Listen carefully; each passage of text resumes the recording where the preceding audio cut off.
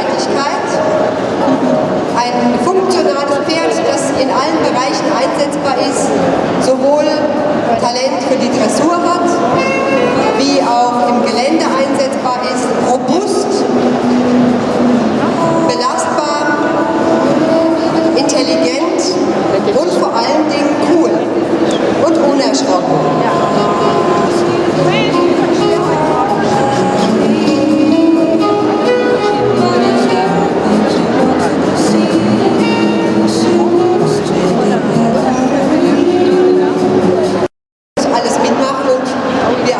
Jetzt schon einige Jahre mit diesen Pferden und es ist tatsächlich so, wir sind über die Alpen geritten, kleine Brücken über rauschende Wildbäche, das interessiert die Pferde nicht ohne Zögern, die gehen über alles drüber, die gehen überall hin, ins Wasser rein, über Baumstämme drüber, das ist für die kein Problem.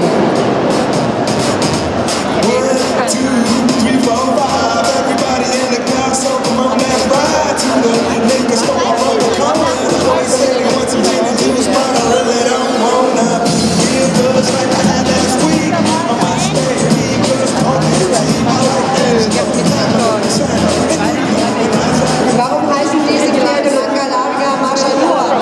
So ein langer und schwieriger Name. Zum einen ist der Ursprung der Rasse entstanden auf dem Gestüt Manga Larga.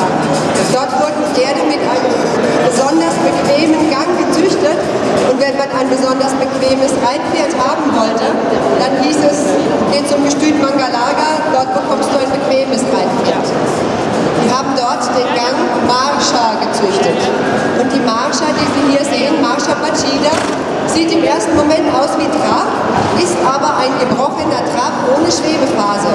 Das heißt, dadurch, dass das Pferd sich nicht vom Boden abdrückt, hat es immer Kontakt, immer mindestens ein Bein ist für den Bruchteil einer Sekunde noch am Boden.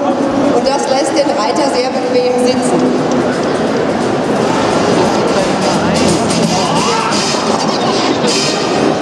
Jump up and down, you're moving all around. Shake your hand to the sound, put your hand on the ground. Take one step left and one step right. One to the front and one to the side. Clap your hands once and clap your hands twice. And if it looks like a little bit of Wie gesagt, die Gangart, die Sie hier sehen, ist Marsha Pachida, ein gebrochener Trab ohne Schwebephase. Es gibt aber auch die Marsha Picada, die mit dem Tölt der Islandpferde zu vergleichen ist.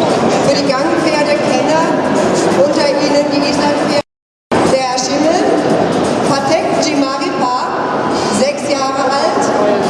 Der Apfelschimmel hinten dran, Urano Jimaripa, ist 5 Jahre alt. Und der Rappe, Apollo do Salto, ist 11 Jahre.